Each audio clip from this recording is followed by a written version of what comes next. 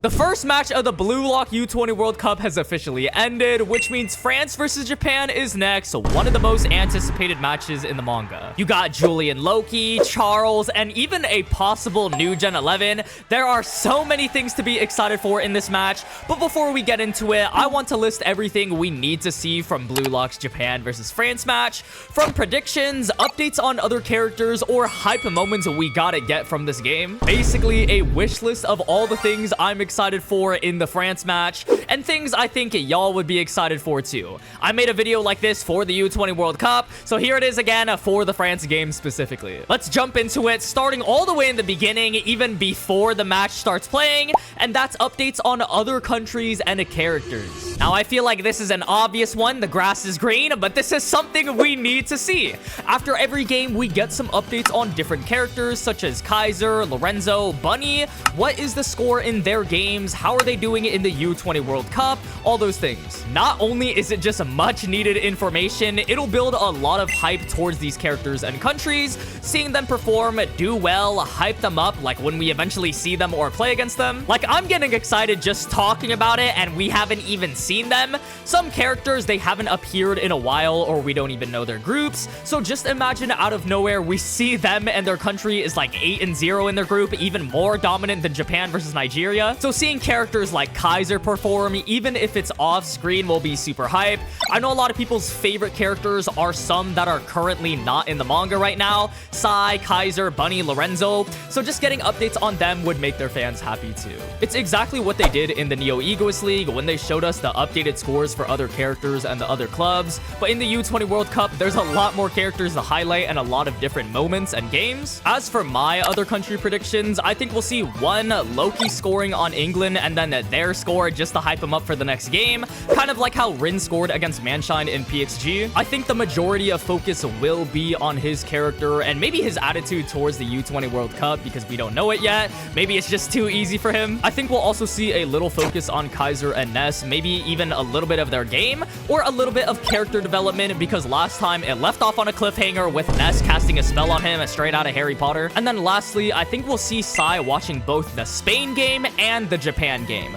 Mostly because Rin had a lot of development in this match with him being able to control Destroyer mode, which is what Sai's been waiting for this whole time. That's the whole reason why he kept trash talking him and putting him down in the U20. So I think those are all the things we're gonna see regarding other countries. But one more thing on my wish list that I want to see from France specifically is the new Gen 11 before the game. If you guys didn't know or don't remember, France is pretty much confirmed to have a new Gen 11 player that's not Loki. We can't be 100% sure until the match, but if they do end up having one, I think the best idea is for them to tease him before the match, kind of like how they did for Charles in PXG. I don't really want it to be a mysterious character that gets revealed during the match, because I think all eyes would be focused on Loki at the start. So the best time to give him development and get us interested as readers would be before the match. So basically giving him the Charles treatment instead of the Lorenzo treatment. As for my predictions on the new Gen 11, I've said this before, but I do want a player that's just straight mad disrespectful, a high egoist player, and maybe the France new Gen 11 could be that person. Just simply because it would be the polar opposite personality of Nigeria.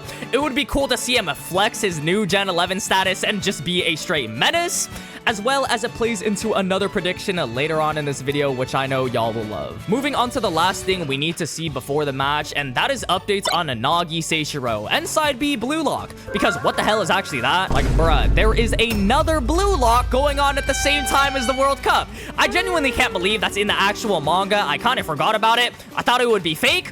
So seeing what's up with that and how it will play out will be kind of cool, I guess. It'll be a change of pace where we get to see how the side B selection works. How are the last two players selected? What are they going to do to survive and beat the other 300 players? It's most likely Nagi Seishiro and Kira Ryusuke, unless Shigeo Mizuki makes a comeback. Again, it might seem like an obvious choice to put Nagi Seishiro here, but we do need to see him, even if it's just for like one chapter.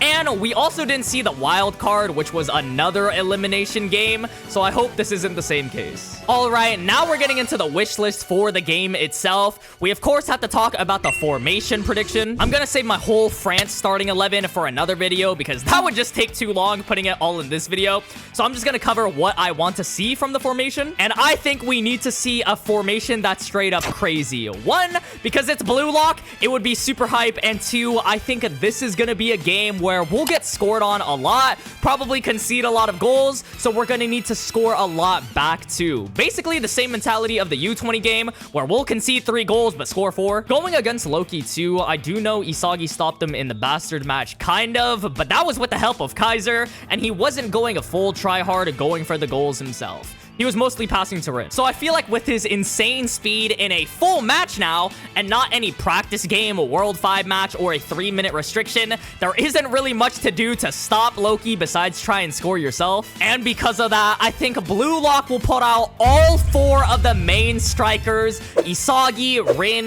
Barou, and Shido at the same time. Now, hold on. I know this sounds crazy, and low-key, it sounds kind of crazy to me too, but it's something so crazy that I think it would genuinely work against France. Rin and Isagi, those are no-brainer picks. They will always play unless they get ejected. Both the #1 players, and even if they aren't forwards, they would literally still do good in the midfield. And again, I know it sounds crazy with all 4 of them on the pitch, but imagine the panels we'll get of Isagi, Rin, Shido, and Barou at the same time. Oh my god, that would feed Blue Lock fans for generations to come. Those are the type of panels you would show your grandma. It's just that good. I also think eventually we'll see all 4 of them share a pitch at the same time, even though logically it doesn't make sense. Also, we haven't seen a Barou or Shido on the pitch at the same time, and probably for a good reason because they're both kind of Joker wild cards, but it'd be cool to see them together too. But the main reason is because with so many different goal scoring options, you have all 4 of them that can score in different ways, we're going to be able to fight fire with fire, and that's the whole point of this formation.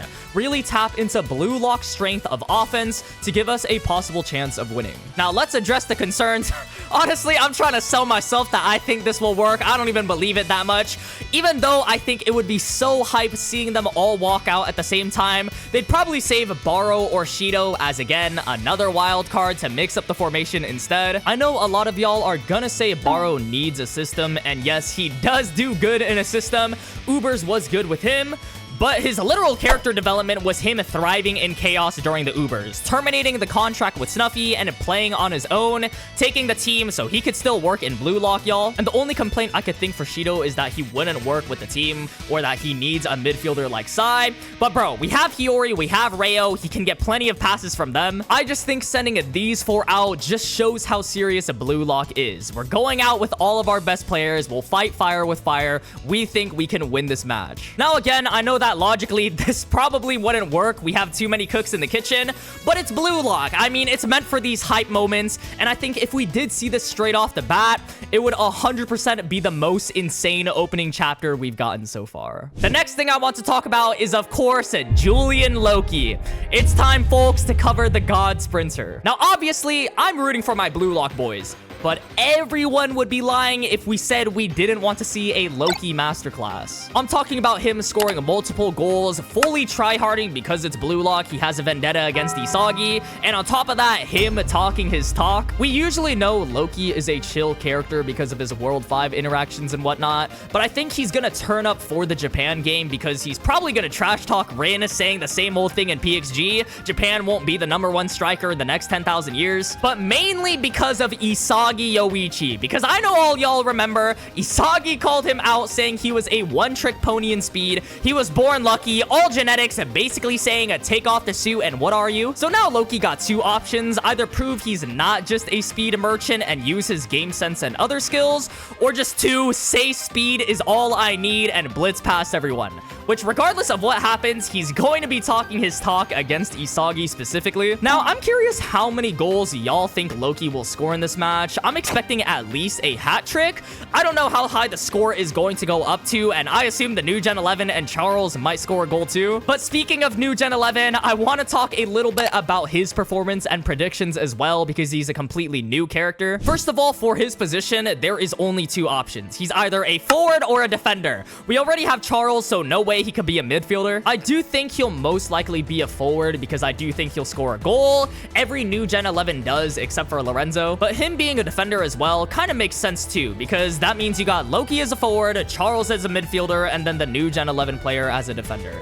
Pretty much every part of the pitch has a star player for France. I've already talked about how I think he's going to be a very cocky player, even on the lines of being disrespectful, which plays a huge part in this theory that I love. That is the France new Gen 11 will call out Itoshi Sai. Now, credit goes to Face Revealed 11 on TikTok. I heard this theory from one of my viewers and they said they got it from him. I absolutely love this prediction because if he's disrespectful, it's completely in line with his character. Sai is also part of the new Gen 11, and the France new Gen 11 is gonna call out saying, we're both new Gen 11s, but you're not playing the match, you're ducking the match, you're ducking the fade against me specifically, you are scared of me. And oh my god, I don't even think I need to explain why this would be so cool to see. Just provoking Sai, which creates another rivalry for this match when we eventually replay them after the group stage. That would be so hype, and maybe seeing a Rin and Sai's reaction to it too. I think a cocky, disrespectful player that can back up his talk with his game can get into the players' heads very easily, and we'll see that affecting them mid-game. Again, all of this is wishful thinking because we don't know anything about the new Gen 11 from France. Hell, he might not even exist, but this is a wishlist video. If we did end up seeing this, I think that would be so hype. I would be the happiest camper in the world. And lastly, of course, we have to talk about Japan's performance. How do I think they will put up against France, or what do I want to see from them? Right out of the gate, I do think this will be a very hard-fought match. Nothing like Nigeria. I want a bunch of challenges coming from this game. How do we stop Loki, the mental challenges of losing, and maybe the France new Gen 11 getting in the players' heads, all these different things to overcome. Not to say that the Nigeria match was boring, but what made a lot of the Blue Lock matches interesting was the fact that there was so many challenges from the enemy team. The U20 game, how do we stop Aiku, how do we stop Sai, how do we stop Shido, all of those different things. And I think that's what's gonna make this game a lot more interesting than the other matches we'll see. But even though there is a lot of challenges, I honestly don't want Blue Lock to get completely destroyed. Now, this might be a hot take because I've seen a countless amount of people say the score is about to be a 6-1 victory in France's favor. Yo, do we have no trust in our boys? Like, I think it's a high chance we are losing this game. I agree with you on that. But damn, bro, we still have a lot of trainings to uncover. Most of the Blue Lockers are at their peaks. I don't think narratively it also makes sense for them to get completely destroyed. A bad loss and getting completely destroyed, getting the Nigeria treatment, is two completely different things. I don't think Rin, Isagi, Shido, or any of the Blue Lockers in general will let that happen. Now, in terms of performances, we'll most likely see Isagi struggle with Loki's speed, but he's at his peak, and I don't think we saw the white hair Isagi that we saw during PXG, so he definitely has some tricks up his sleeves. It's not going to be a straight up humbling from Loki. I gotta defend the boy a little bit. It's most likely going to be a back and forth between the two of them.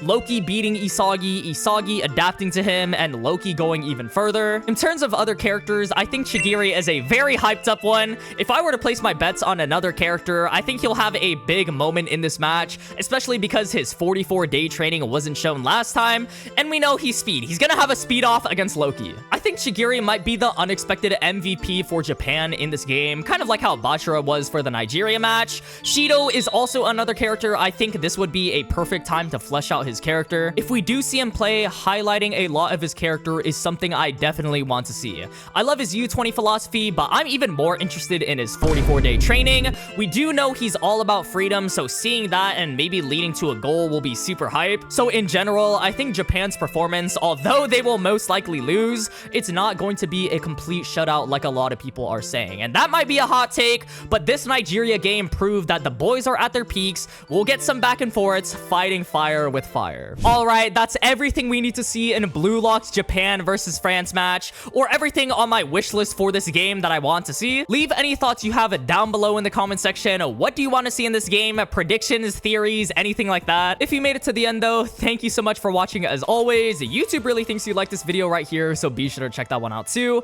I love y'all so much, and I'll see y'all in the next one.